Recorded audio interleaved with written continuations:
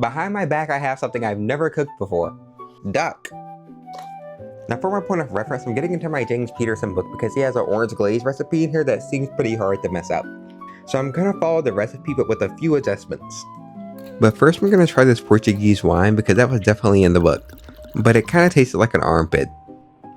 And I want everything done at the same time, so I'm gonna make the potatoes first. I didn't know exactly how I want to cook this duck, but I do know that waterfowl and citrus normally go together, or waterfowl and cherries, which is why you see so many recipes with like duck and oranges, or goose with cherries, whether that just be like a sauce or a glaze.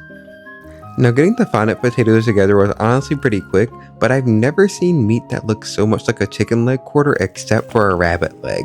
I'm not saying you should try to trick anyone, but if you did, I don't think the look would give it away. I think it'd be the taste. And this skin was like perfectly crisp.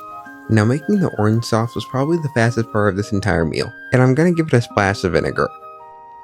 And he says in here that I should use sherry vinegar, but I never have sherry vinegar, so I'm just gonna use red wine vinegar. And if you don't have red wine vinegar, just use a regular distilled vinegar.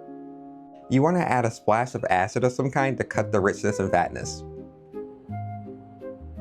I feel like everyone who cooks on YouTube has at least one video of them cooking duck, so this might just be my one for right now.